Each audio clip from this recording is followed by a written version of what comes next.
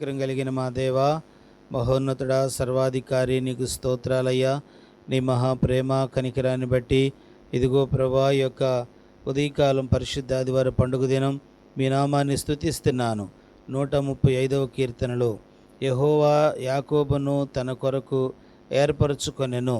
మీరు మమ్మలను ఏర్పరచుకున్నందుకు స్తోత్రాలు. మా పట్ల మీకున్న ప్రేమ, కరుణ, వాత్సల్యతలకు ఏమిచ్చిన రుణం తీర్చుకోలేం. లోకమునకు కూడా పనికిరాని మా జీవితాలను అల్పులమైనను మీరు మమ్మల్ని ఇష్టపడినందుకు స్తుతిస్తున్నాను.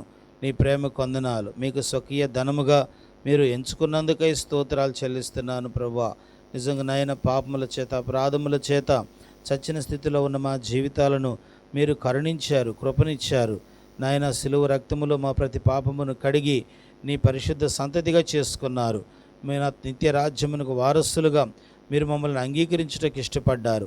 ఇటు గొప్ప దేవునికి ఏమిచ్చి రుణం తీర్చుకోలేను. నన్ను నేను తగ్గించుకుంటూ మీ నామాన్ని హెచ్చిస్తూ మా ప్రభు ప్రియ రక్షకుడైన యేసుక్రీస్తు నామములో స్తుతి ఆరాధన సమర్పిస్తున్నాను తండ్రి. ఆమేన్. ఆమేన్.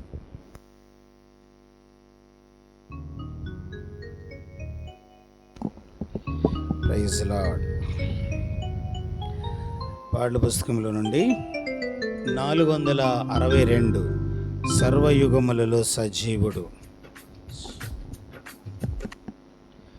సర్వయుగములలో సజీవుడవు, సరిపోల్చగలనా నీ సామర్థ్యమును, కొనియాడతగినది నీ దివ్య తేజం.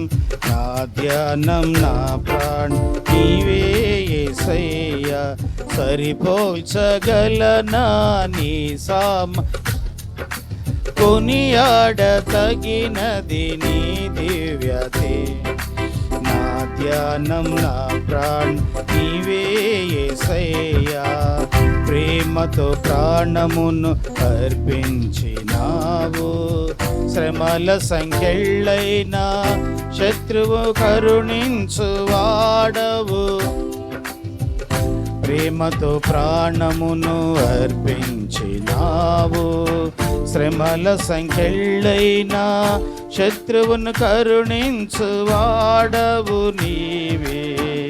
శూరులు నీ ఎదుట వీరులు కారెన్నడు, జగతిని జయశీలుడా. శూరులు నీ ఎదుట వీరులు కారెన్నడు, జయశీలుడా. సర్వయుగములలో సజీవుడవు, సరిపోల్చగలనా ఈ సామర్థ్యమును, కొనియాడతగినది నీది. నా ధ్యానం, నా ప్రాణం నీవే యేసయ్యా. కృపలతో రాజ్యమును బహుతరములకు శోభాతిశయముగా చేసితివి నన్ను. కృపలతో రాజ్యమును స్థిరపరచు నీవు, బహుతరములకు శోభాతిశయముగా చేసితివి నన్ను. నెమ్మది కలిగించే నీ బాహు బలముతో శత్రువు నడచిన బహుశూరుడా. నెమ్మది కలిగించే నీ బాహు బలముతో శత్రువు బహుశూరుడా. సర్వయుగములలో సజీవుడవు, సరిపోల్చగలనా ఈ సామర్థ్యమును, కొనియాడతగినది నీ దివ్య. నా ధ్యానం, నా ప్రాణం నీవే యేసయ్యా. నా ధ్యానం, నా ప్రాణం నీవే యేసయ్యా.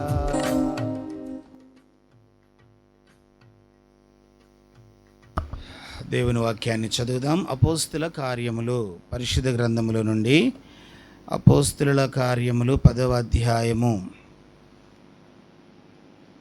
1వ వచనం చదువుదాం.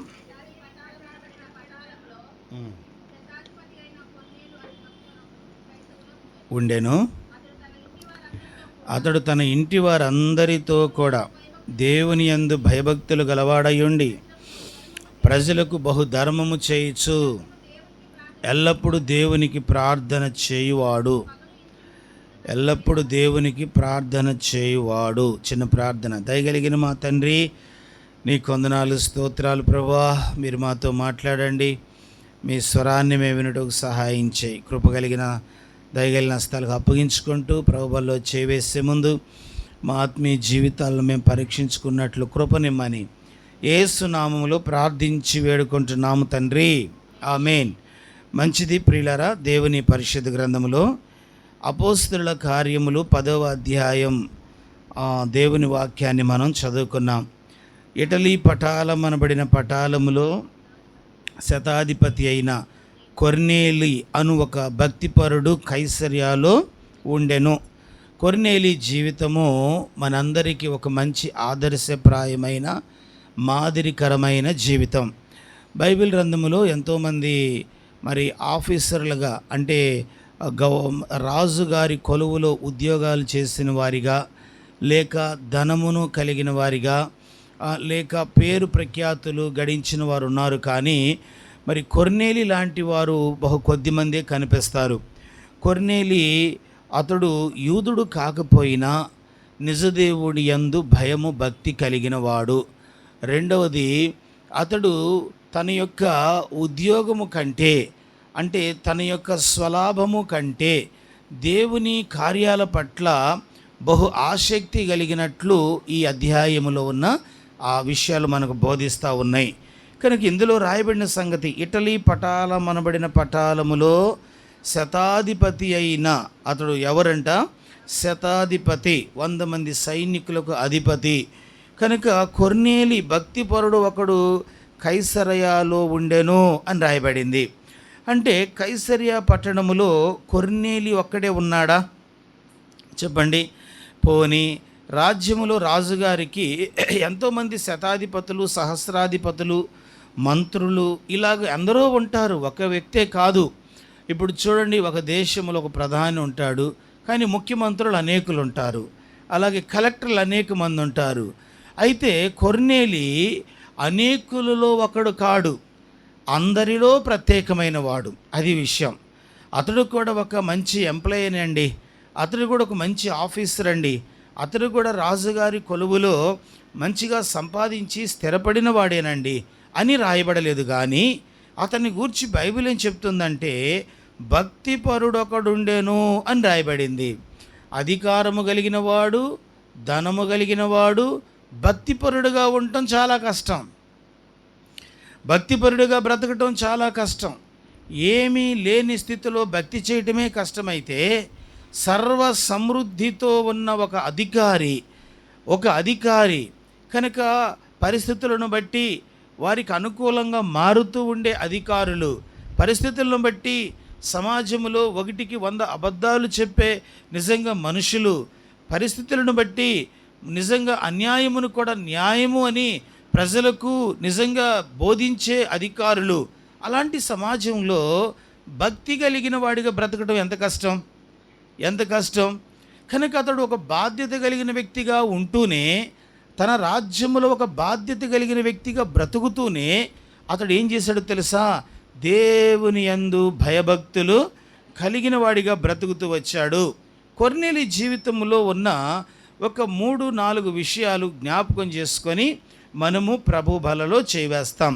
చదువుదాం. మొదటిగా దేవుని వాక్యం 10వ అధ్యాయం 2వ వచనములో, 10వ అధ్యాయం 2వ వచనం, అతడు తన ఇంటి వారందరితో కూడా దేవుని యందు భయభక్తులు గలవాడయుండి. మొదటిగా తన ఇంటి వారందరితో కూడా ఏం కలిగినోడంట? ఇంటి వారందరితో కూడా దేవుని యందు. ఎంత అద్భుతం! కొన్ని గృహాలను గూర్చి మనం వింటున్నప్పుడు ఆ ఇంట్లో ఆ సిస్టర్ చాలా మంచి భక్తి కలిగిన వ్యక్తి అండి అని చెప్తారు, లేక ఆ బ్రదరు చాలా యథార్థంగా ఉంటాడండి అని చెప్పటం మనం ఎరుగుదాం. కానీ ఆ ఇంట్లో అందరూ భక్తి కలిగిన వాళ్ళని చెప్పటం కష్టం. ఆ ఇంటిలో ఉన్నోళ్ళు అందరూ మర్యాదస్తులే అని చెప్పటం కష్టం. ఆ ఇంటిలో ఉన్నోళ్ళు అందరూ నీతి కలిగిన వాళ్ళని చెప్పటం కష్టం. కానీ కొర్నేలి జీవితాన్ని గురించి బైబిల్ మనకేం బోధిస్తుందంటే అతడు మాత్రమే కాదంట. అతడు మాత్రమే కాక, రెండవ వచనం, అతడు తన ఇంటి వారందరితో కూడా దేవుని యందు, గమనించండి, రక్షణ పొందిన తర్వాత మందిరమునకు వస్తున్న మనము సహజంగా మన భక్తిని మనం కట్టుకుంటూ ఉంటాం. మంచిదే, మంచి లక్షణమే. ఎందుకు? మనము దేవునిని వెంబడించాలి కాబట్టి, మనము రక్షణ పొందిన వారము గనుక, మనం ప్రభు రక్తంలో కడగబడి ఉన్నాం కనుక, ఎవరు ఏమోనండి నాకు తెలియదు, నాకు ఒక మనస్సాక్షి ఉన్నది, నాకు ఒక రక్షణ ఉన్నది, నాకు ఒక సంఘం ఉన్నది, మాకొక దైవజనుడు ఉన్నాడు, మాకొక వాక్య క్రమం ఉన్నది, కనుక నా భక్తిని నేను భద్రం చేసుకోవాలి అని అనుకుంటూ ఉంటాం. అదే సందర్భంలో అతని భక్తిని కాపాడుకుంటూనే ఇంటివారి భక్తి విషయమై శ్రద్ధ కలిగిన జీవితం, ఇది గొప్ప విషయం.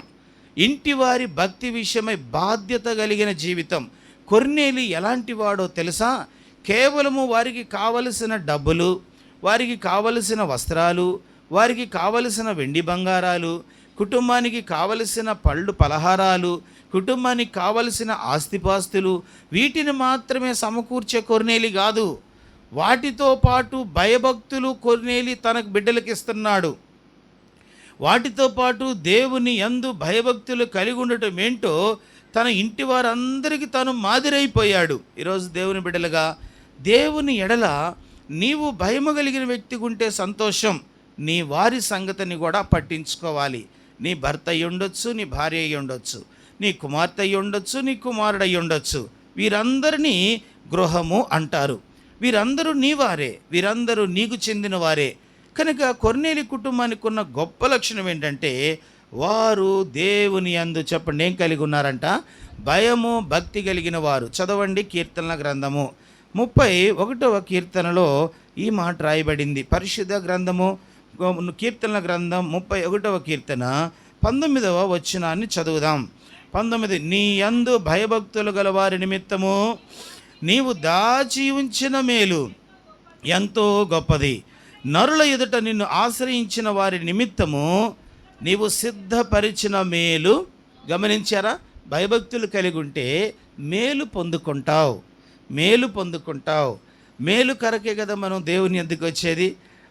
మేలు చేసే దేవుడని, స్వస్థపరిచే దేవుడని, అద్భుతాలు చేసే దేవుడని, ఆదరించే దేవుడని, హత్తుకునే దేవుడని, కన్నీళ్లు తుడిచే దేవుడని, పాపములు క్షమించే దేవుడని, పాపిని రక్షించే దేవుడని, ఇవి తెలిసే కదా మనం దేవుని యొద్దకు వస్తుంది. బైబిల్ గ్రంథములో, పరిశుద్ధ గ్రంథం, నీ యందు భయభక్తులు గల వారి నిమిత్తం, నీ యందు భయభక్తులు గల వారి నిమిత్తం, అందరి నిమిత్తం కాదు సుమా. గుడికి వచ్చిన వారందరి నిమిత్తం కాదు, మందిరములో కూర్చున్న వారందరి నిమిత్తం కాదు. దేవుని వాక్యం చెప్తుంది, దేవుని యందు ఎవరు భయభక్తులు కలిగి ఉంటారో వారందరి నిమిత్తము సిద్ధపరిచిన మేలు ఎంతో గొప్పది. కనుక ఎవరు భయభక్తులు కలిగిన వాళ్ళు ఉంటారో వారి కొరకు దేవుడు మేలు సిద్ధపరుస్తున్నాడు. 34వ కీర్తన 11వ వచనాన్ని కూడా చదువుదాం. 34:11, పిల్లలారా, దేవుని యొక్క సేవకుడు చెప్తున్నాడు, పిల్లలారా మీరు వచ్చి నా మాట వినుడి. యెహోవా యందలి భయభక్తులు మీకు కనుక నేను మీకు నేర్పెదను. ఇంటిలో ఒకవేళ నీవు పెద్దవుగా అనుకుంటే, ఇంటిలో ఒక పెద్ద వ్యక్తిగా నీవు కలిగిన వ్యక్తిగా ఉంటే నీవు ఈ మాట చెప్పాలి, పిల్లలారా మీకు ఏంది ఇష్టమో చెప్పండిరా, అవన్నీ ఇస్తాను అనకూడదు. మీకు నేను భయభక్తులు నేర్పుతాను అని చెప్పాలి. ఆత్మీయంగా పెద్దలైన వారు, ఆత్మీయంగా రక్షణ పొందిన వారు, ఆధ్యాత్మికంగా ఎదుగుతున్నవారు, ఆధ్యాత్మికంగా ప్రభువుని ఆరాధిస్తున్నవారు కుటుంబంలో వారే పెద్దలు. అర్థమైందా? కుటుంబంలో మారు మనసు లేనంత మాత్రాన, పురుషుడైనంత మాత్రాన మారు మనసు రక్షణ లేక లోకంలో తిరుగుతూ ఉంటే అతడు పెద్దవాడని మనం అనుకోకూడదు. ఎందుకంటే ఆధ్యాత్మికంగా మారు మనసు లేనివాడు. ఆ ఇంటిలో భార్య రక్షణ పొంది మారు మనసు పొంది ఆధ్యాత్మికంగా ఎదిగిన వ్యక్తి అయితే ఆత్మీయ విషయంలో ఆమె పెద్ద వ్యక్తి. ఆమె ఆలోచన శ్రేష్టమైనది, ఆమె ఆలోచన ఇంటికి ఉన్నతమైనది, ఉత్తమమైనది. ఈ దినాల్లో చాలామంది అజ్ఞానం, నేను ఇంట్లో పురుషుణ్ణి కదా, నా మాట విను అంటారు కదూ. వినాలి. ఏ విషయంలో వినాలి? నీవు మారు మనసు లేని వ్యక్తిగా, దైవభయం లేని వ్యక్తిగా, మందిరం విలువలు ఎరగని వ్యక్తిగా, దేవుని వాక్యాన్ని ఏమాత్రము రుచించని వ్యక్తిగా, వెలుగును చీకటిగా భ్రమించే వ్యక్తిగా, దేవునికి లోబడని వ్యక్తిగా ఉంటే నీ మాట వింటే నీతో పాటు వారు కూడా నష్టపోతారు. కనుక ఎవరి ఇంటిలో పెద్దవారు, ఆత్మీయంగా ఎవరి కనులు తెరవబడినవో, ఆత్మీయంగా ఎవరు దేవుని స్పర్శ కలిగి ఉన్నారో, ఆధ్యాత్మిక ఎవరు దేవునితో సంబంధం కలిగిన వారో వారు ఆ ఇంటికి ఆధ్యాత్మికంగా పెద్దవారు అని గ్రహించాలి. వారు స్త్రీలు అవ్వచ్చు, వారు పిల్లలు అవ్వచ్చు.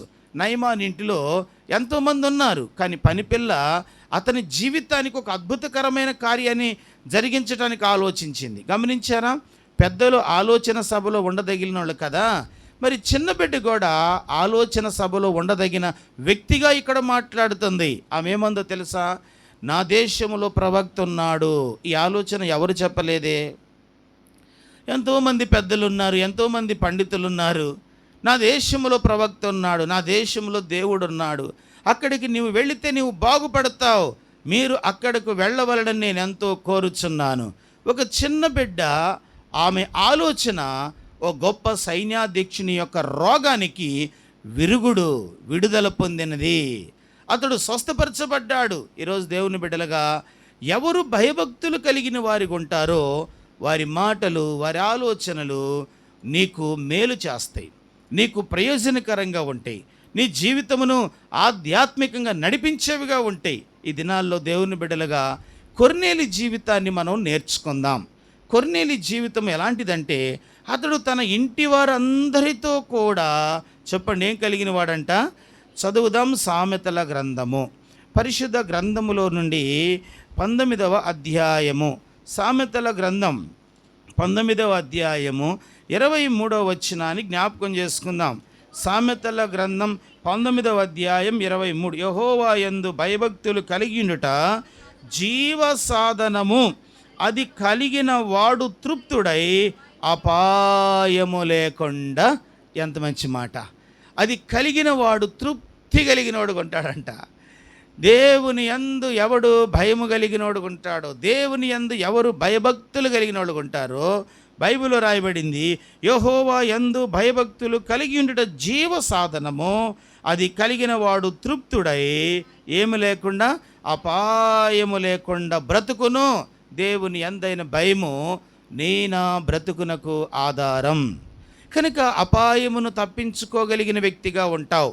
అపాయములో ఉపాయము లేని వ్యక్తిగా నీవు బ్రతకవు. పౌలు అంటాడు, ఎన్నో అపాయాలు వచ్చినాయి, ఎన్నో నిందలు వచ్చినాయి, ఎన్నో కరువులు, కష్టాలు, రాళ్ల దెబ్బలు, కొరడా దెబ్బలు, దిగంబరత్వం, ఆకలి దప్పులు, పిడిగుద్దులు ఎన్నో వచ్చినాయి, అయినను అపాయములో మేము ఉపాయము లేని వారము కాము అంటున్నాడు. కనుక దేవుడు నీ ఆలోచనను మారుస్తుంటాడు, నీకు మంచి తెలివిని అనుగ్రహిస్తాడు, నీ పరిస్థితులపై దేవుడు నీకు ఒక మంచి అవగాహన కలిగిస్తుంటాడు. నీ ఎదుటున్న వారిని నీవు ఎలాగో ఆలోచించాలో దేవుడు నీకు బోధిస్తూ ఉంటాడు. నీ కుటుంబం యొక్క పరిస్థితులు ఏంటో నీకు లోతుగా అర్థం చేస్తూ ఉంటాడు. ఈ అద్భుతాలు ఎప్పుడు జరుగుతాయో తెలుసా? నీవు కూడా కొర్నేలి వలె ఏం కలిగి ఉండాలి? భయము కలిగిన వ్యక్తిగా, దేవుని యందు భయభక్తులు కలిగిన వ్యక్తిగా ఉండటం ప్రిలా నేర్చుకోవాలి. ప్రభుబల్లో చేవేస్తున్నాం. చాలామందికి దేవుని భయం లేకనే వారు ప్రభు బలి యొద్దకు వస్తున్నారు. గమనించారా? అందుకే పౌలు అంటాడు, మీరు ప్రభు యొక్క బలలో చేవేసేటప్పుడు మిమ్మల్ని మీరు పరీక్షించుకోండి. ఒకవేళ మీరు అయోగ్యంగా ఉంటే, అయోగ్యంగా ఉండి మీరు ప్రభు యొక్క శరీరమును తిని త్రాగితే, భయము లేనట్టు ప్రవర్తిస్తే, మీలో చాలామంది రోగులు, బలహీనులు, శాపగ్రస్తులు అనేకులు ఏమవుతున్నారు? నిద్రిస్తున్నారు. కనుక భయముతో, వణుకుతో భక్తి జీవితాన్ని కొనసాగించాలి. రెండవది కొర్నేలి జీవితం. 2 అపోస్తల కార్యాలు 10వ అధ్యాయం 2వ వచనం. అతడు తన ఇంటి వారందరితో కూడా దేవుని యందు భయభక్తులు గలవాడయుండి ప్రజలకు బహు ధర్మము చేయుచు ఎల్లప్పుడూ దేవునికి ప్రార్థన చేయువాడు. రెండవదిగా ప్రార్థన చేయువాడు. ధర్మకార్యములతో పాటు ఏం చేసేవాడంట? ప్రార్థన చేయువాడు. కనుక ప్రార్థనా జీవితాన్ని కలిగిన వాడు. వాస్తవానికి మీరు ఆలోచించండి, చిన్న ఉద్యోగం వస్తే మనకు ప్రార్థన చేసుకోవటం కష్టం కదా, చాలా కష్టం అన్నమాట. ఎందుకంటే ఒక పక్క కుటుంబంలో పనులు, రెండవది ఉద్యోగం యొక్క బాధ్యతలు. అటు ఇటు బ్యాలెన్స్ అయ్యలేక వాటికి ఎలాగో న్యాయమైతే చేస్తాం, కానీ తిరిగి ప్రార్థనకే మనము ఆబ్సెంట్ అవుతుంటాం, దేవునికి దూరం అయిపోతూ ఉంటాం. కారణం ఏంటంటారు?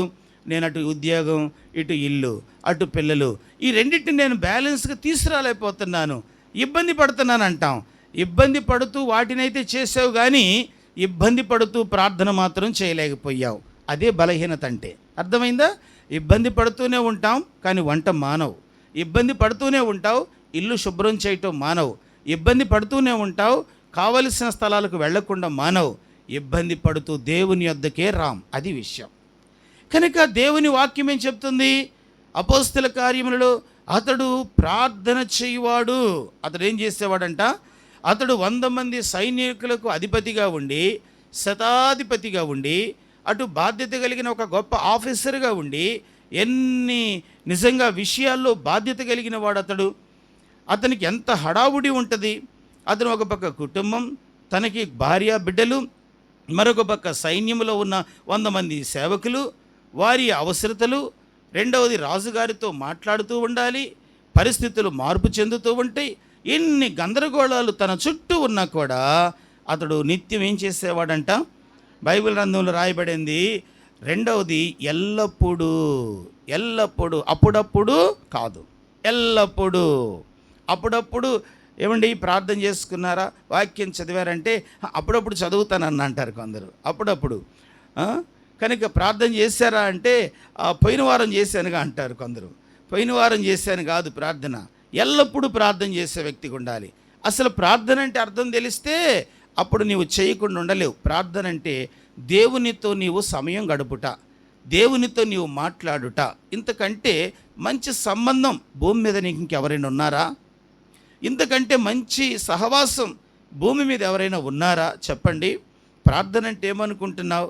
సేవకుడు చెప్పాడు కాబట్టి చేయటం కాదు, చేయకపోతే నాకు జరగవలసినవి జరగవని కాదు, ప్రార్థన చేయకపోతే నేను అనుకున్న దాంట్లో విజయం సాధించలేనని కాదు, నీ స్వార్థమైన వాటి కొరకు ప్రార్థన కాదు, దేవునితో మాట్లాడాలి. కొందరు చూడండి, మనకు అతిగా ఇష్టం ఉన్న వాళ్ళకు ఫోన్ చేస్తారు. ఫోన్ చేసి మాట్లాడిన తర్వాత ఏంటి విషయం అంటే, ఏమి లేదు ఊరికినే పలకరిద్దామని అంటారు. అంటే ఏమి లేకపోయినా ఏం చేసావు? ఏమీ లేకపోయినా ఎందుకు చేసినట్టు? ప్రేమ. కనీసం ప్రేమ ఏం చేసిందంటే, అంశం ఏమీ లేదు, అవసరాలు ఏమీ లేదు, ఊరికినే తిన్నావా, ఉన్నావా, వెళ్ళావా, నిద్రపట్టిందా, ఇలాంటి మాటలన్నమాట. ఎందుకు ఇలాగో అంటే వారికి నీకున్న మంచి ప్రేమ, వారికి నీకున్న మంచి సంబంధం, వారికి నీకున్న మంచి సహవాసము ఏమీ లేకపోయినా మాట్లాడటానికి ప్రేరేపించబడతావు. ప్రార్థన కూడా అలాగే ఉండాలి. కష్టం వచ్చింది కాబట్టి ప్రార్థన కాదు, అవసరతలో ఉన్నాను కాబట్టి ప్రార్థన కాదు, భయంకరమైన మరణకరమైన పరిస్థితి వచ్చింది కాబట్టి 7 వారాల ప్రార్థన, 3 రోజుల ప్రార్థన, 8 రోజుల ప్రార్థన, ఈ యొక్క రోజుల ప్రార్థన కాదు. నీవు దేవునితో సహవాసం కలిగిన వ్యక్తిగా బ్రతకటం నేర్చుకోవాలి, దేవునితో సంబంధం కలిగిన వ్యక్తిగా బ్రతకటం నేర్చుకోవాలి. కొర్నేలికి 7 రోజులు 21 రోజు ఈ ప్రార్థనలు తెలియవు. ఎల్లప్పుడూ ప్రార్థన చేసేవాడు. ఎల్లప్పుడూ ఏం చేసేవాడంట? ఎల్లప్పుడూ ప్రార్థన చేశాడు. మేలు జరిగినా కీడు జరిగినా, లాభం వచ్చినా నష్టం వచ్చినా, కుటుంబ పరిస్థితులు బాగున్నా బాగులేకపోయినా, సమాజంలో యుద్ధం వచ్చినా రాకపోయినా, తన జీవితంలో అనుకున్నవి జరిగినా జరగకపోయినా, కొర్నేలి ధ్యేయం ఒకటే, ఎల్లప్పుడూ దేవునికి ఏం చేసేవాడంట? ప్రార్థన చేసేవాడు. ప్రార్థన చేసే వ్యక్తిగా ఉన్నావా? కనుక ప్రార్థన సమయాన్ని కలిగి ఉండు. సాతానుడు నిన్ను బిజీలోకి నెట్టేస్తున్నాడు కనుక మితిమించిన ప్రయాణాలు, మితిమించిన ఆలోచనలు, శక్తికి మించిన నిజంగా ఊహలు, ఉద్దేశాలు, ప్రియులారా, ఆత్మీయంగా నిన్ను ఎట్ట నష్టపరచాలో సాతానుకు బాగా తెలుసు. ఒక పని ముగించకముందే మరొక పనిలో బిగించేస్తాడు, ఇరికించేస్తాడు, బంధించేస్తాడు. పౌలు శీలలు కాళ్ళకు చేతులకు బండాలేసి బిగించిన వారి నోట ప్రార్థన ఆగలేదు, వారి నోట స్తుతి ఆగలేదు. బలలో చేవేసే ముందు నీవు ప్రార్థనాపరురాలుగా ఉన్నావా? కనుక నీవు ప్రార్థనాపరునిగా ఎప్పుడు మారుతావు? ప్రార్థనాపరులుగా జీవించటం ప్రియులారా మనకు అవసరం. బైబిల్ పరిశుద్ధ గ్రంథములో అనేకులు ప్రార్థించి ఎన్నో మేలులు అనుభవించారు. అపోస్తల కార్యాలు మనకు తెలుసు కదా, 1వ అధ్యాయం చదువుదామా? 12-14 వచనం. అపోస్తల కార్యాలు 1వ అధ్యాయము 14. వీరందరూ వీరితో కూడా కొందరు స్త్రీలను యేసు తల్లి అయిన మరియయు ఆయన సహోదరులను ఏక మనస్సుతో ఎడతెగక ఎంత మంచి ప్రార్థనా జీవితం. అపోస్తలులు మాత్రమే కాదు, వారితో కొందరు స్త్రీలు కూడా జాయిన్ అయ్యారు. కనుక వీరు కలిసి ఏక మనస్సు, పురుషుడని లేదు, స్త్రీ అని లేదు. కనుక వీరు ప్రార్థించి వారు ప్రార్థించి, వీరు గళమెత్తి వారు గళమెత్తి హృదయాలు కుమ్మరించుకుంటున్నారు. దేవుడు చెప్పాడు, తండ్రి వలన వినిన వాగ్దానం కోసం మీరు కనిపెట్టండి అన్నాడు. కనుక వారు పెంతెకొస్తు దినం వరకు ప్రార్థన చేయటం మానలేదు. 10 దినాలు వారు ప్రార్థన చేసుకుంటూ వచ్చారు. ఎంత అద్భుతం! ఆ తర్వాత 2వ అధ్యాయములో ఏం జరిగిందో మనకు తెలుసు. బలమైన గాలి వీస్తూ అగ్ని జ్వాలల వలె విభాగింపబడి వారిలో ఒక్కొక్కని మీదికి వ్రాలేడు పరిశుద్ధాత్ముడు. వారిని శక్తిమంతులుగా చేశాడు, ధైర్యం కలిగిన వారిగా చేశాడు. వారిలో 11 పేతురు పైకి లేచి దేవుని వాక్యాన్ని వారి కొరకు ధైర్యంగా ప్రకటించాడు. ప్రాణాలకు బారిపోయిన వాళ్ళు, బలహీనతలు చూసి తప్పించుకున్నవారు, యేసు ఎవరో నాకు తెలియదని చెప్పిన వారు, ఆయన గాయాలు చూస్తే కానీ నేను నమ్మను అని చెప్పిన తోమా లాంటి వారు, ఇంకా అనేక మంది ఈ ప్రార్థన ద్వారా దేవుని ఆత్మశక్తి వారిలోకి ప్రవేశించడం ద్వారా వారు బలవంతులయ్యారు. ప్రార్థన నిన్ను బలవంతురాలుగా మార్చేది. ప్రార్థన నిన్ను శక్తితో నింపేది. ప్రార్థన నిన్ను కృపావరాలతో అలంకరించేది. ప్రార్థన సంగమునకు ప్రయోజనకరమైనగా నిన్ను మార్చగలిగేది. ప్రార్థన లేనివాడు కుటుంబానికి, సంఘానికి, సమాజానికి ఎందుకు పనికిరాడు. ఇది వాస్తవం. ప్రార్థన లేని జీవితం ఎండిపోయిన నేల వంటిది. అది ఎవరికి ఉపయోగం ఉండదు. మంచి చేయాలనుకుంటావు, చేయలేవు. మంచిగా బ్రతకాలనుకుంటావు, బ్రతకలేవు. పరిశుద్ధంగా ఉండాలనుకుంటావు, ఉండలేవు. దేవుని కొరకు నడవాలనుకుంటావు, నడవలేవు. కారణం ఏంటంటే అన్ని అనుకోవటంతోనే ఏళ్ళు గతించిపోతున్నాయి. అన్ని అనుకోవటంతోనే జీవితము సగం అయిపోతుంది. కానీ ప్రార్థనాపరుడైతే అతడు క్రియలతో కూడి జీవించటానికి ఇష్టపడతాడు. కనుక కొర్నేలిలో ఉన్న 2వ అనుభవం ఏంటంటే అతడు మొదటిగా భయభక్తులు కలిగిన వాడు. చెప్పండి, రెండవదిగా ప్రార్థనాపరుడు. 3వది చదువుదాం. అపోస్తల కార్యములు పరిశుద్ధ గ్రంథములో నుండి 10వ అధ్యాయం 23వ వచనం చదువుదాం. మరునాడు అతడు లేచి వారితో కూడా బయలుదేరెను. యొప్పే వారైన కొందరు సహోదరులు వారితో కూడా వెళ్ళిరి. మరునాడు వారు కైసరయాలో ప్రవేశించి అప్పుడు కొర్నేలి తన బంధువులను, ముఖ్య స్నేహితులను పిలిపించి వారి కొరకు కనిపెట్టుకొని ఉండెను. పేతురు లోపలికి రాగా కొర్నేలి అతనిని ఎదుర్కొని అతని పాదముల మీద పడి నమస్కారము చేసెను. 3వదిగా దైవజనులను గౌరవించే మనసు కలిగిన వాడు. అతని పాదముల మీద పడ్డాడు. వాస్తవానికి భౌతికంగా మనం ఆలోచన చేస్తే, నేను మొదటే చెప్పాను, కొర్నేలి అంటే శతాధిపతి అని. శతాధిపతి పేదవాడై ఉంటాడా? ధనవంతుడై ఉంటాడు. శతాధిపతి అయిన కొర్నేలి, ధనవంతుడైన కొర్నేలి, ప్రార్థనాపరుడైన కొర్నేలి, భయభక్తులు కలిగిన కొర్నేలి. కనుక పేతురు రాగానే బ్రదర్ ప్రైజ్ లార్డ్, బాగున్నారా అనొచ్చు కదా, అన్న వందనాలన్నా అని బాగున్నారా అనొచ్చు కదా. కొందరు ఎంత రెక్లెస్గా వందనాలు చెప్తారో అది ఒక స్టైలు. కొందరు ఇటు చూసి అటు ప్రైజ్ లాడమ్మా అంటుంటారు. ఎంత అజ్ఞానమో! ఆ మాత్రం దానికి చెప్పకపోతే ఏమైద్ది? హృదయములో గౌరవం లేకుండా, హృదయములో ప్రేమ లేకుండా, హృదయములో దైవికమైన స్పర్శ లేకుండా పెదాలతో వల్లించటం ద్వారా ఏమాత్రం దేవునికి మహిమ వస్తుందంటారా? ఏమైనా వారికి ఆశీర్వాదకరంగా ఉంటుందా? కొర్నేలి చూడండి, పేతురు ఆ ఇంట్లోకి రాగానే ఏం జరిగిందో తెలుసా? ఏం జరిగిందంట? 24-25 వచనాల్లో పేతురు లోపలికి రాగా కొర్నేలి అతనిని ఎదుర్కొని, పేతురు కొర్నేలిని ఎదుర్కోలే, కొర్నేలియే పేతురును ఎదుర్కొని అతని పాదముల మీద పడి నమస్కారము చేశాను. అపోస్తలులు ఎప్పుడు కోరుకోలేదు నా పాదాల మీద పడండి అని. వాళ్ళు అన్నారు, మేము కూడా మీలాంటి మనుషులమే అని అన్నారు. కానీ దేవుడు వారిని గణపరచడానికి ఇష్టపడ్డాడు. బైబిల్లో రాయబడింది, నన్ను గణపరచు వారిని నేను గణపరచెదను. విశ్వాసులుగా పెద్దలైన వారిని గణపరచటం నేర్చుకోవాలి. ఆత్మీయంగా నీకంటే వయసులో పెద్దవారు, ఆత్మీయంగా నిన్ను నడిపించేవారు, తండ్రి సమానులైన వారు, తల్లి సమానులైన వారు, వారితో పలకరించే విషయం, వారితో మాట్లాడే విషయం, నీవు ఒక గౌరవప్రదమైన వ్యక్తిగా ఎదగటం అనేది అవసరం.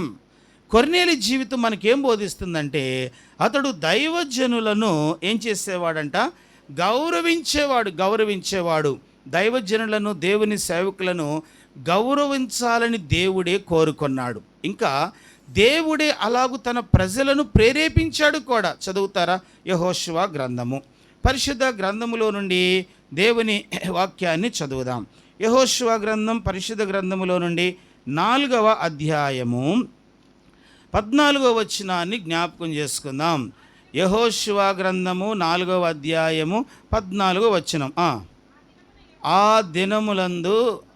దినమున యెహోవా ఇశ్రాయేల్ అందరి ఎదుట యెహోషువను గొప్ప చేసెను గనుక వారు మోషేను గౌరవపరిచినట్లు అతని బ్రతుకు దినములన్నిటను, చెప్పండి, అతనిని కూడా ఏం చేశారంట? అతన్ని గౌరవించటం నేర్చుకున్నారు. కనుక ప్రజలందరూ అతన్ని గౌరవించటం నేర్చుకున్నారు. 14వ వచనములో ప్రజలందరి ఎదుట, ఇశ్రాయేలీయుల ఎదుట యెహోషువను ఏం చేశాడు? కనుక మోషే తర్వాత మోషే అంతటి వాడు. మోషే అప్పటి వరకు వారికి తండ్రిగా ఉన్నాడు. మోషే చేతులకు నీళ్లు పోసే యెహోషువ, మోషేకు పరిచారకుడుగా పిలువబడిన యెహోషువ, మోషే యొక్క మంచి మనస్సును కలిగిన వాడు, వేగు చూడటానికి వెళ్ళిన వారిలో దేవుని చిత్తానుసారంగా మాట్లాడిన కాలేబు, యెహోషువ వీరు. కనుక దేవునికి మహిమకరంగా బ్రతుకుతూ వచ్చినందుకు మోషే కాలము చెల్లిన తరువాత, మోషే మరణించిన తరువాత దేవుడు, చెప్పండి, యెహోషువను ఏం చేయాలనుకున్నాడు? గణపరచాలనుకున్నాడు. కనుక దేవుడు తన నమ్మకమైన సేవకులను, దేవుడు తనను ప్రేమించే తన దాసులను, దేవుడు తన మీద ఆనుకొని నమ్మకంగా బ్రతుకుతున్న వారిని తప్పకేం చేస్తాడు? గణపరచువాడు. కనుక యెహోషువను దేవుడే కాకుండా ప్రజలందరూ కూడా ఏం చేయటం ప్రారంభించారు? దైవజనుల విషయమై వారిని గణపరిచే వ్యక్తిగా ఉండు. గణపరచడం అంటే ఊరికి పొద్దస్తమాను వారిని పొగడమని కాదు నా అర్థం. వారిని పొగడమని కాదు. నిజమైన సేవకులు ఎవరు పొగడతలు, ఫోటోలు, పేర్లు కోరుకోరు. నిజమైన సేవకులు దేవుని గణపరచడానికి ఇష్టపడతారు. వారి సత్ప్రవర్తన చూసిన నీవు వారిని దేవుని మహిమ కొరకు గణపరిచే వ్యక్తిగా ఉండాలి. బైబిల్ పరిశుద్ధ గ్రంథములో చదువుతున్నాం. దేవుని వాక్యములో పేతురు లోపలికి రాగానే ఏం చేశాడు? ఇతడు శతాధిపతి అయి ఉండి అతని కాళ్ళ మీద పడి ఉన్నాడు. ఈ సందర్భంలో నిజంగా ఒక దైవజనుడు చెప్పిన విషయం నాకు గుర్తొచ్చింది. ఒక దైవ సేవకుడు ఒక వ్యక్తిని బాప్తీసం తీసుకొయ్యా అని చెప్తూ ఉంటే, చాలా సంవత్సరాలు అయిపోయింది, అతనికి వాక్యం తెలుసు, అన్నీ తెలుసు, నీళ్ళల్లోకి దిగి బాప్తీసం తీసుకోవడానికి ఏమాత్రం ఇష్టం లేనివాడు. కనుక సరే, మొత్తానికి అతనికి ఎన్నోసార్లు చెప్పాడు, ఎలాగైనా సరే ఈ వ్యక్తిని నీళ్ళల్లోకి దించాలి, బాప్తీసం ఇవ్వాలని. చెప్పగా ఒకరోజు మారు మనసు పొందు బాబు అని చెప్పడమే ఆలస్యం. 4 మాటలు చెప్తాడు, ఈ మాట వినడు. రక్షించబడటం ముఖ్యమని చెప్పడమే ఆలస్యం సేవకుడు. దానికి 4 ఇంకొక విషయాలు చెప్తాడు, కానీ ఈ మాట వినడు. మొత్తానికి ఎట్టకేలకు దేవుడి దయ వల్ల ఒక పెద్ద వాగులోకి దిగారంట, కాలువలోకి దిగారు బాప్తీసం తీయడానికి. ముందు దైవ సేవకుడు వెళ్ళాడు. దైవ సేవకుడు వెళ్ళి ఒక మంచి ప్లేస్లో నిలబడి, అన్న రండి, ఇటువైపే రండి అంటే ఆయన మరొక వైపు వెళ్తున్నాడంట. కాలువలోనే మరొక వైపు వెళ్ళి నిలబడుతున్నాడు. ఈ సేవకుడు అంటున్నాడు, ఇటురండి అంటే, కాదు మీరే ఇటురండి అంటున్నాడు. ఆయన ఆ విశ్వాసం ఏం చేస్తున్నాడు? సేవకుడు మీరే ఇటురండి అంటున్నాడు. ఈ సేవకుడు పెళ్ళి, కాదన్నా ఇక్కడ ప్లేస్ బాగుంది, మీకు చక్కగా మునగటానికి అనుకూలంగా ఉంది, అంత ఇసుకగా ఉంది, మీరు ఇటురండి అంటే, లేదు మీరే ఇటురండి అన్నాడంట. చెప్పగా చివరికి ఎవరు గెలిచి ఉంటారు చెప్పండి మీరు? ఎవరు గెలిచి ఉంటారు? విశ్వాసే గెలిచాడు తెలుసా. సేవకుడు అనుకున్నాడు, సరే పోనీలే, అతనికి బాప్తీసం ఇస్తే చాలు, ఆ తర్వాత అయినా అసలు విషయం తెలుసుకుంటాడని సేవకుడే తగ్గించుకొని అతని దగ్గరికి వెళ్ళి అతనికి బాప్తీసం ఇచ్చాడు. దాదాపు సంవత్సరం క్రితం ఈ విషయాన్ని నేను విన్నాను, ఒక సేవకుడు చెప్పగా. ఎంత అజ్ఞానం! కనీసం బాప్తీసం తీసుకునే సమయంలో కూడా, బలలో చేయి వేసే సమయంలో కూడా, ప్రభువును ఆరాధించే సమయంలో కూడా లోబడటం నేర్చుకొని విశ్వాసులు, విధేయత చూపటానికి మనస్సు లేని విశ్వాసులు. దైవజనుడైన పేతురు ఇంట్లోకి వస్తే, పేతురు ఒకప్పుడు చేపలు పట్టుకునేవాడు కాడు, పేతురు ఒకప్పుడు నిజంగా బుట్ట నిండా చేపలు వేసుకొని చేపలో అనుకుంటా తిరిగిన వాడు కాడు. ఎలాంటి వ్యక్తికి నేను సాష్టాంగ నమస్కారం చేయటం ఏంటి, ఎలాంటి వ్యక్తి కాళ్ళు నేను పట్టుకోవటం ఏంటి, అయినా నా గురించి వినే ఉంటాడులే, నా భవనము, నా స్నేహము, నాకున్న ధనము, నా ఇంటి చుట్టూ ఉన్న కాపలాదారులు, ఇదంతా చూడగానే పేతురు గడగడలాడుంటాడు. కనుక ఆయనే వచ్చి ప్రైజ్లాడు చెప్తాడులే అనుకున్నాడా కొర్నేలి? ఆయనే వచ్చి వందనాలు బ్రదరు అంటాడులే అనుకున్నాడా కొర్నేలి? అలా కానే కాదు. కొర్నేలి ఎంత మంచివాడో, కొర్నేలి ఎంత సత్ప్రవర్తన కలిగిన వాడో బైబిల్లో రాయబడింది. అతడు పేతురును ఎదుర్కొని ఏం చేశాడంట? అతడు పాదముల మీద పడ్డాడు, పాదముల మీద. ఈరోజు దేవుని బిడ్డలుగా దేవుని వాక్యం వింటున్న నీవు, ప్రభువులో చేవిపోతున్న నీవు, ఇంత మంచి తగ్గింపు ఉన్నదా? ఇంతగా నీవు నీ సేవకులైన వారిని ఘనపరచడానికి నువ్వు ఇష్టపడుతున్నావా? సేవకులైన వారు మాత్రమే కాదు, ఆత్మీయంగా ఎదిగిన ప్రతి వారిని నీవు ఘనపరచడం నేర్చుకో. అక్క మీరు చాలా మంచి ప్రార్థనా పర్రాలు, నేను కూడా అలాంటి ప్రార్థన చేసేటట్టు నా కోసం ప్రార్థన చేయి. అన్న మీరు చాలా సమర్పణ కలిగిన వ్యక్తి, నాకు కూడా అలాంటి సమర్పణ జీవితం వచ్చేటట్లు నా కోసం ప్రార్థన చేయి.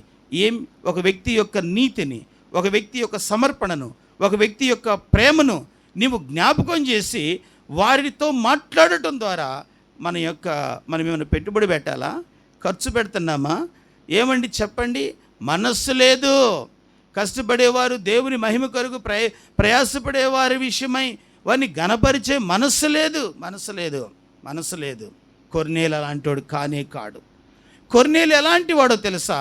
కొర్నేలి అతని జీవితం అంతా కూడా దేవుని సేవకులను ఘనపరచటం నేర్చుకున్నాడు. మొదటిగా అతడు చెప్పండి ఏం చేశాడు? దేవుని యందు భయము భక్తి కలిగిన వాడు.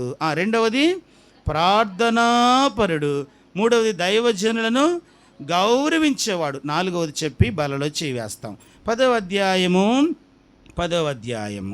33వ వచనం. 33 వెంటనే నిన్ను పిలిపించి తిని నీవు వచ్చినది మంచిది, ప్రభువు నీకు ఆజ్ఞాపించినవన్నీ వినుటకై ఇప్పుడు మేమందరము దేవుని ఎదుట ఇక్కడ కూడి ఉన్నామని చెప్పాను. దేవునికి స్తోత్రం. ఎంత గొప్ప మాట. పేతురుతో కొర్నేలి అంటున్నాడు, ఏమంటున్నాడు తెలుసా? మేము నిన్ను పిలిపించాం, నీవు వచ్చినది మంచిదయ్యా. మీరు వచ్చి మా టైం వేస్ట్ చేశారయ్యా అన్నాడా? మీరు వచ్చి నా సమయమంతా పాడు చేశారు. ఏదో మీరు వచ్చారు, ఒక 10 నిమిషాలు మీ కొరకు ఇస్తా, ఏదో చెప్పాల్సింది త్వరగా చెప్పేసేయండి, నేను వెళ్ళాలి అనలేదు.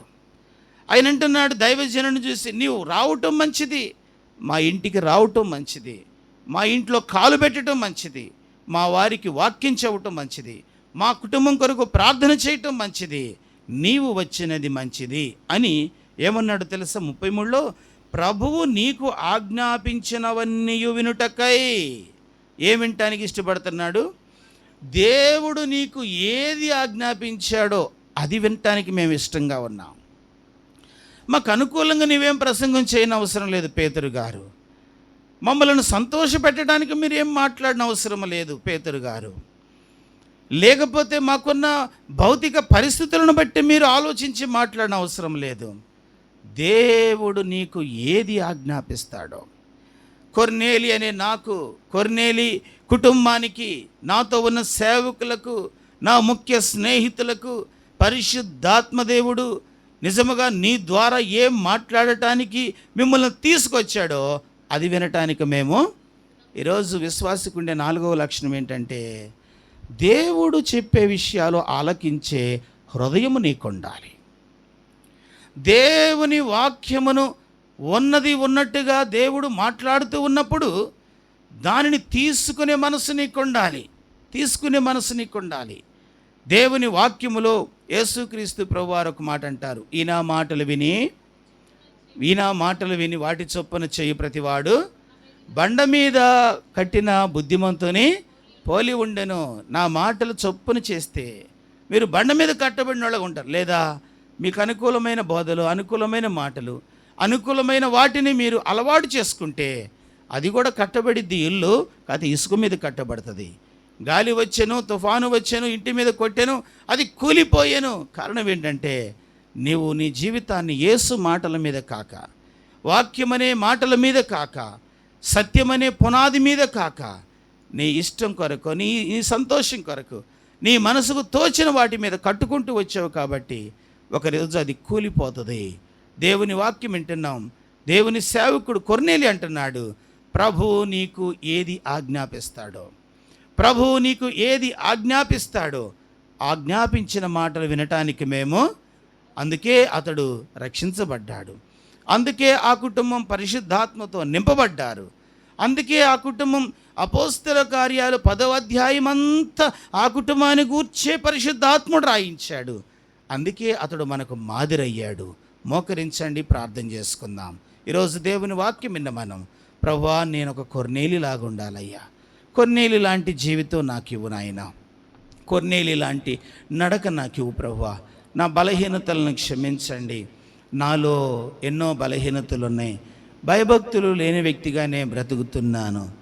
ప్రార్థనా జీవితం లేని వ్యక్తిగా బ్రతుకుతున్నాను. నన్ను క్షమించు. దైవజనులను గౌరవించిన కొర్నేలి వలె నేను ఉండలేకపోతున్నాను. నీ మాటలు మీ దాసుల నోట వచ్చినప్పుడు వాటిని నేను ఉన్నవి ఉన్నట్టు తీసుకోలేకపోతున్నాను. నన్ను క్షమించు ప్రభువా, నన్ను కొర్నేలిలాగా మార్చయ్యా. ప్రభువులో చెవిపోతున్నావు. దేవుడు నిన్ను అలాగూ మార్చటానికి, ఇంకా చెప్పాలంటే అంతకంటే శ్రేష్టమైన వ్యక్తిగా చేయటానికి నీకోసం సిలువలో ప్రాణం పెట్టాడు. నీ కొరకు తన రక్తమును ధారపోశాడు. నీ కొరకు సొగసు స్వరూపాన్ని కోల్పోయాడు. నీ కొరకు రక్తసిక్త ధారలతో ఆయన నింపబడ్డాడు. పాప భూయిష్టమైన పాప మలిన వస్త్రమును నీలో తీసేసి మహిమ వస్త్రము, రక్షణ వస్త్రముతో నిన్ను అలంకరించి తన వానిగా చేసుకోవటానికి నీ కొరకు రొట్టెలా మారాడు. నీ కొరకు రసంలా మారిపోయాడు. ప్రభువుని అడుగు, ప్రభువా నాకు అలాంటి మంచి భక్తినివ్వు, అలాంటి మంచి నడకనివ్వు, అలాంటి ఆశీర్వాదకరమైన గృహముగా నా ఇంటిని చెయ్యి. ప్రభువుని అడుగు, దేవుడు సహాయం చేస్తాడు. అలాగూ పరీక్షించుకుంటూ మన అవిధేయతలు, బలహీనతలు, పొరపాట్లు ఒప్పుకుంటూ దేవుని కృపను, కనికరాన్ని వేడుకుంటూ ప్రభు యొక్క బలలో చేవేద్దాం.